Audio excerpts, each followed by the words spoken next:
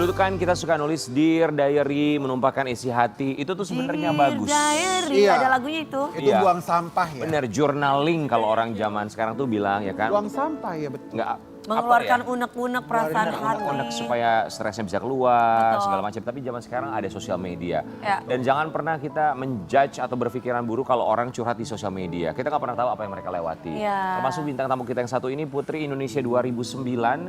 Dia baru saja menuliskan kisah pilu tentang hidupnya. Ya. Oh. Apa yang terjadi di pagi-pagi ambiar kita hadirkan. Ini dia, Cory Sandio. Sandio Rifa. Sandio Rifa. Selamat pagi. Pagi, apa kabar?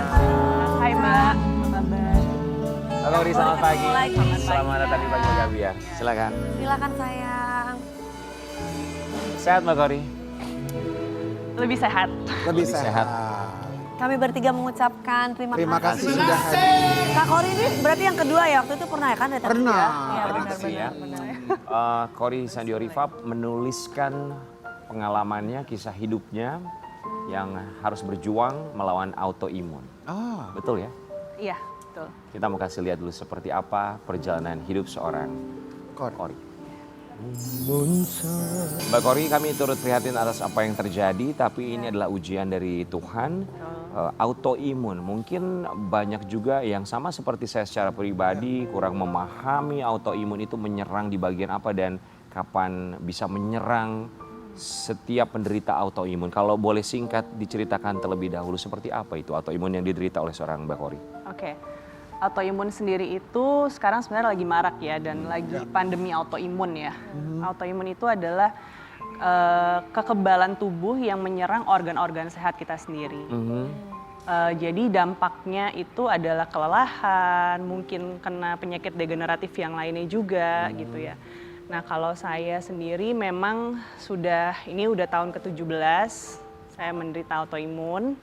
Dan mungkin sebenarnya udah dari lahir ya, tapi kalau di Indonesia sendiri autoimun itu kan baru marak akhir-akhir ini. Ya. Gitu. Dan saya memang waktu itu kena 13 organ yang rusak. 13 organ. 13 organ. Sebentar Kak, itu triggernya karena apa ya? Kalau saya karena genetik. Genetik ya. Jadi sebenarnya Turunan ya berarti. sebenarnya kalau menurut penelitian orang Indonesia, karena saya waktu itu akhirnya pengobatan di Korea untuk stem cell dan waktu itu di Indonesia belum ada. Itu istilahnya harus jadi organ-organ kita itu tuh kena semua. Karena kalau di Indonesia diobatinnya pakai steroid, mungkin pernah dengar Betul, atau steroid. Singapura juga pakai steroid. Iya, pakai steroid dan steroid itulah yang merusak organ-organ kita sendiri. Ya. Oke. Kalau adik aku tuh kenanya ke mata. Iya, jadi Iya. autoimun Setiap kali sendiri- ini. Jadi adik aku tuh bisa di dalam ruangan aja dia harus pakai kacamata hitam. Iya, betul. Jadi setiap kali kambuh jadi ke mata gitu. Mata. Kalau untuk Mbak Cory sendiri, ini kambuhnya yang bisa menyebabkan kambuh itu 13 apa? Apakah tiba-tiba kambuh dengan begitu saja atau dalam kondisi badan kalau lagi nggak fit atau ada trigger lainnya yang bisa menyebabkan autoimun ini kambuh? Autoimun itu kebetulan saya memang dari genetik. Jadi sebenarnya masyarakat Indonesia sendiri itu kalau menurut autoimun. punya autoimun. Oke. Jadi sebenarnya rata-rata punya autoimun. Jadi 2 dari masyarakat Indonesia tuh bisa terkena autoimun. Nah, triggernya itu adalah satu pola hidup, Oke. terus mental ya, Ya, mental, atau stres gitu ya. stres gitu ya, terus atau gen seperti saya. Betul. Gitu. Oke. Sampai pada akhirnya saking nggak kuatnya ada kakak membuat cerita-cerita sendiri, Baik, kita mau kasih mencurahkan lihat lewat ya. sosmed Ini ya. tulisan dari seorang Cory Sandio Rifa Postingan. di Instagram beberapa waktu yang lalu. Yuk kuat yuk, yuk bisa yuk. Harapanku sebelum semua ini berakhir di dunia. Seluruh urusanku selesai sehingga tidak ada beban bagi orang-orang terkasih yang aku tinggalkan dan tidak menyayat hati mereka yang mengingatku. Dan secercah kasih sayangku bisa bermanfaat bagi yang merasakan dariku. Aku tidak sendirian, aku punya Tuhan, Allah yang bisa membuatku terbang dan mudah segalanya. Malaikat-malaikat pun ikut mendoakan. Ya Allah, aku paham dan menerima tujuanmu kepadaku. Amin. Baju terakhir mama sebelum tiada. Mbak Cory, yang terparah yang dia alami oleh seorang Mbak Cory saat autoimun ini kambuh, apa yang dirasakan? Saya udah koma 5 kali. 5 kali. 5 kali saya udah koma. Itu Sampai koma koma? terjadi bisa karena kenapa ya? Koma itu karena kebetulan organ yang kena ke saya itu adalah otak. Otak. Otak. Hingga Jadi tidak sadarkan diri. mungkin saya gimana ya? Saya menulis itu sebenarnya sebuah motivasi ya. Motivasi. Tapi saya juga kaget juga kenapa jadi orang berpikir oh mungkin di Kak Kori mau nggak ada atau gimana. Sebenarnya dari 13 organ itu saya butuh perjuangan belasan tahun dan tinggal 2 organ lagi yang harus saya perjuangkan tapi saya belum dapat solusi. 2 organ lagi tuh maksudnya apa Yaitu Kak? otak, radang otak. Kalau radang usus saya udah mulai bagus sama radang di tulang belakang ya, di tulang belakang. Oke. Nah, itu yang membuat mungkin saya udah kadang kelelahan, akhirnya saya pendekatan sama Tuhan gitu ya. Saya menerima ya ikut kajian gitu ya, belajar agama, belajar ikhlas. Saya menerima bahwa oh mungkin Tuhan punya tujuan lain Ya, untuk hidup saya. Kalau orang bilangnya biar menginspirasi gitu, tapi sebenarnya untuk diri saya tuh ya buat orang-orang terkasih saya di sekitar saya yang mentally sebenarnya orang yang menjalankan atau punya mendampingi penyakit autoimun atau penyakit apapun itu sebenarnya bisa dikatakan lebih lelah daripada kita yang sakit. Mbak Kori maaf saya potong. Tadi dalam postingan tersebut Mbak Kori menyebut almarhumah mama. Mamaku meninggal karena autoimun. Oh, Ya karena kan keturunan tadi itu gen. Betul, genetik. Dalam keluarga Mbak Kori, sepengetahuan Mbak Kori yang didiagnosa autoimun siapa saja? Mbak selain Mbak? Kakak saya, dia juga hadir di sini yang selalu dampingin saya setiap hari. Saya, mama saya, mudah-mudahan anak saya karena dia laki-laki ya, mudah-mudahan sih enggak sih. Kemarin udah dicek, cuman kan kadang-kadang autoimun itu bisa Timbul. mendadak, iya Mendadak, bisa mendadak tiba-tiba. Itu kalau misalkan tiba-tiba yang dirasakan yang kayak lambung tuh tiba-tiba lambung sakit, punggung sakit kayak gitu maksudnya. Iya. Dan itu tidak bisa dikendalikan atau sakitnya antara 1 muncul aja sampai tiba-tiba 100. dan itu nggak bisa dikendalikan. Iya. Sakitnya itu kalau saya ya kalau lagi kumat ya bener-bener nggak tahan, udah nggak tahan gitu. Sampai Kori. pingsan-pingsan gitu kali Sampai ya, Pak. pingsan, seminggu sekali saya harus infus sekarang karena hormon kortisol. Jadi kalau orang hormon kortisol kan hormon stres. tinggi, hormon stres. Kalau saya normalnya angka hormon kortisol itu harusnya 7, saya 0,04. Jadi meninggalnya ibu saya juga sama karena hormon kortisolnya drop. Gitu. Karena dari otak tadi itu ya. Kita mau kasih, ada sebuah artikel tentang Kori Sandioriva.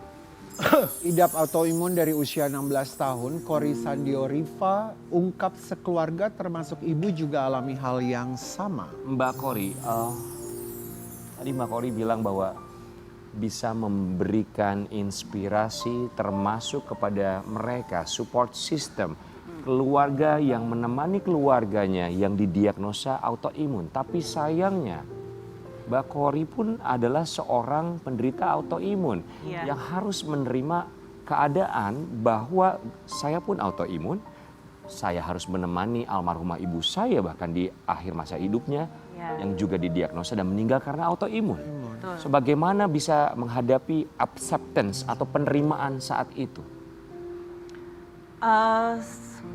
Saya selalu punya, hidup tuh bagi saya ada 2 hal. Yang pertama adalah mimpi, yang kedua hidup realistis. Jadi salah satu saya menulis hal itu bahwa saya ingin menyelesaikan semua urusan saya, itu adalah salah satu dari penyembuhan.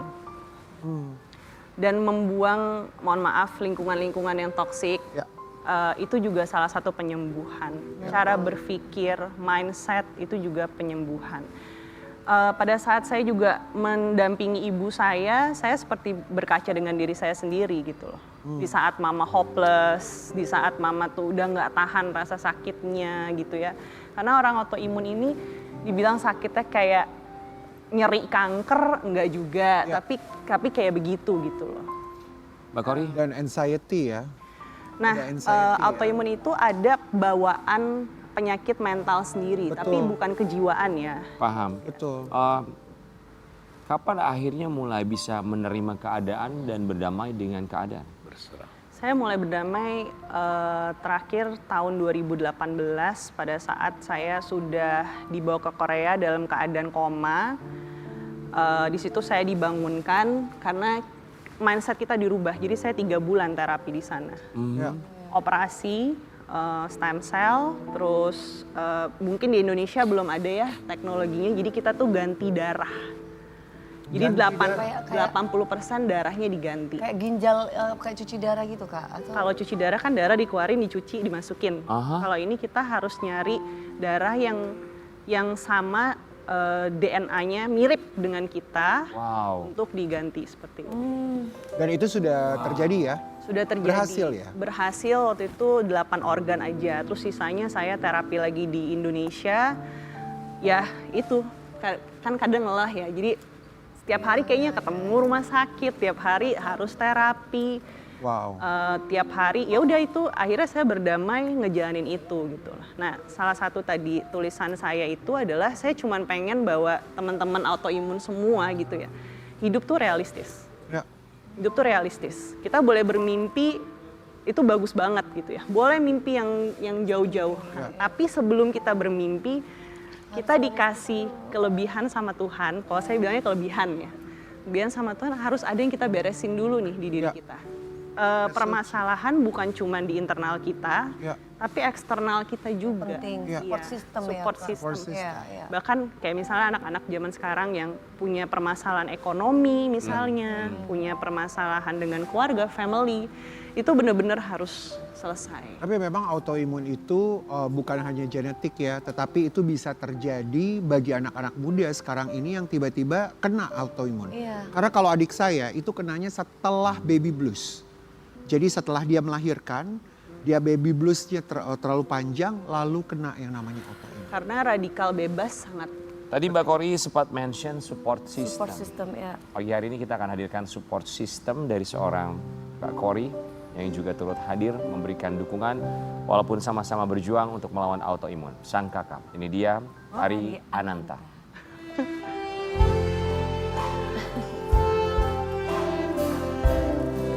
Selamat pagi Mbak Tari Ananta. Apa kabar?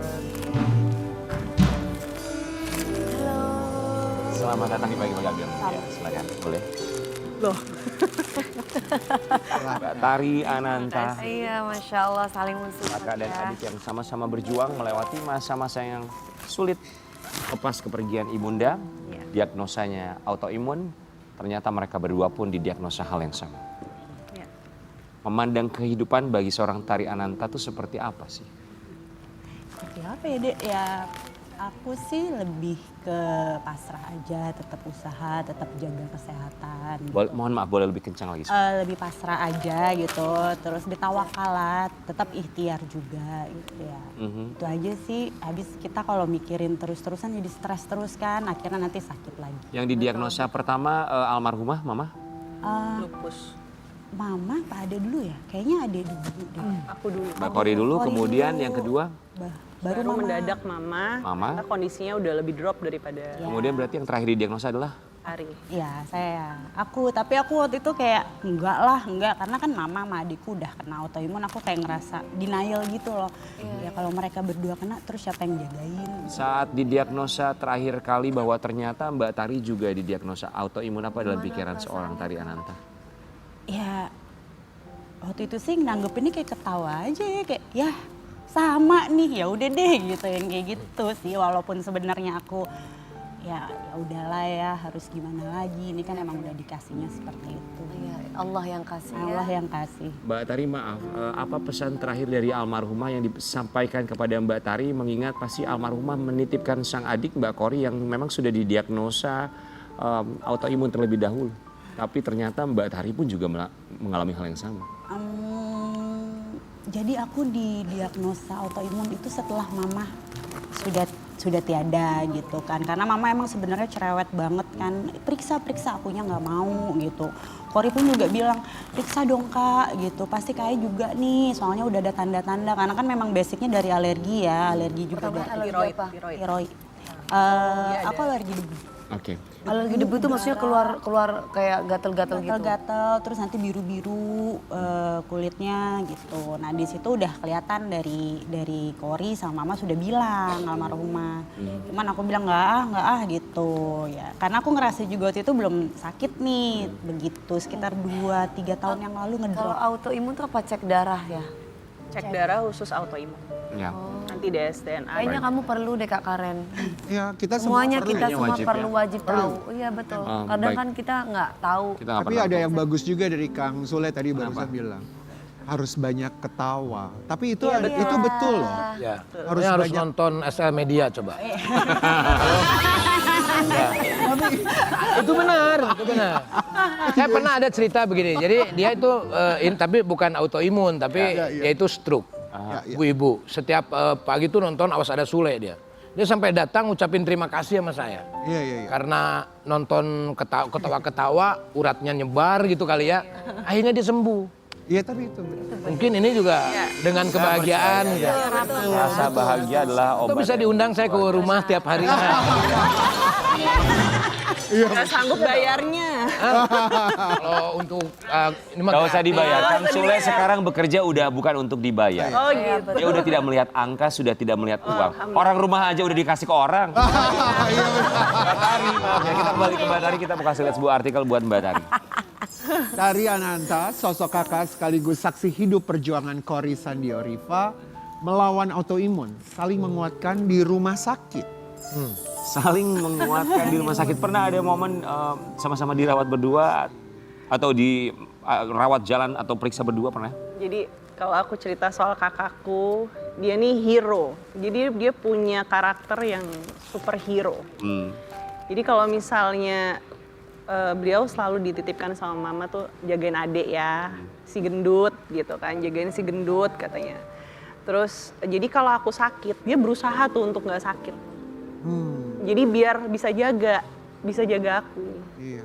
Kakak juga kayak gitu, ntar kalau dia sakit aku yang ke rumah kayak gitu jagain dia. Jadi kita udah sama-sama saling tahu sih, maksudnya kayak harus minum obat apa, harus antisipasi kayak gimana gitu. Saling sampai- mengobati ya. Saling menguatkan. Saling Saling menguatkan dan karena saling mengobati. kalau dua, kan kita hidup tinggal berdua ya. Oh, Kita cuma berdua. Jadi kalau salah satunya drop, ya gitu deh. Sudah tidak ada. oke. Kita hidup tinggal berdua, jadi ya itu saling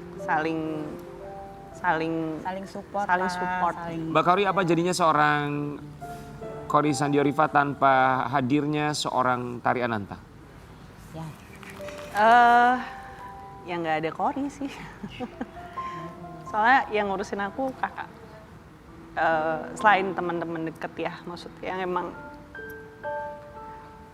yang memang ya aku kadang teman berantem juga sama kakak gitu ya. Ya kita punya cara hidup dan gaya hidup yang berbeda, jauh banget. Tapi kita bisa saling respect. Ya. Tapi kalau udah urusan sakit, ya it number one. Mbak Tari, sialnya kakak itu diharapkan untuk menguatkan adiknya. Iya, Sialnya. anak pertama Tapi ya. kakak juga manusia.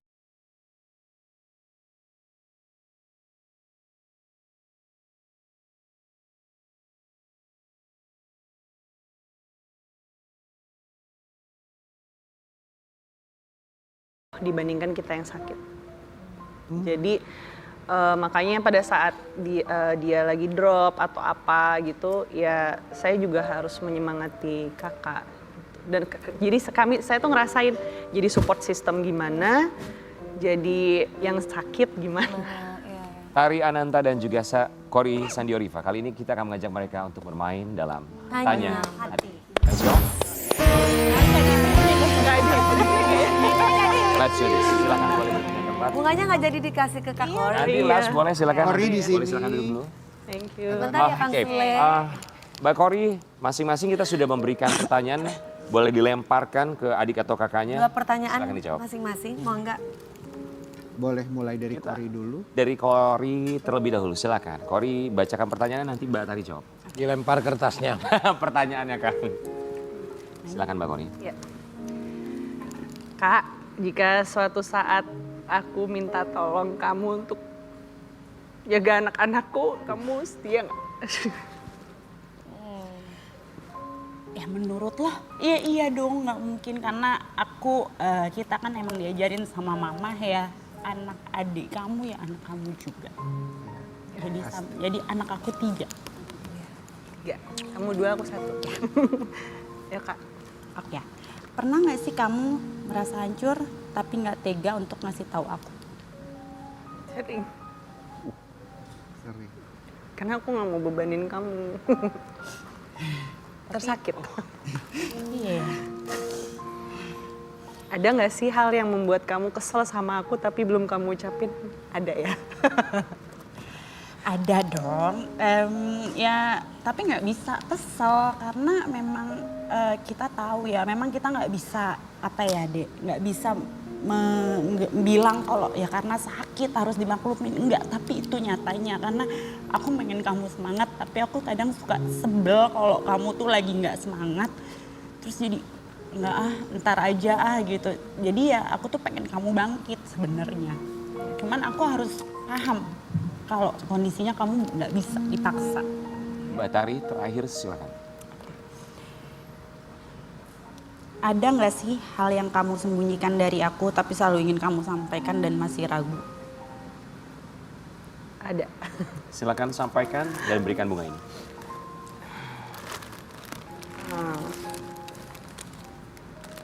Jangan terlalu kuat ya. Lemah tuh nggak apa-apa kok Kak. Lemah nggak apa-apa. Nikmatin aja. Tahu kok susah, hidup tuh susah. Ini juga ngerasain.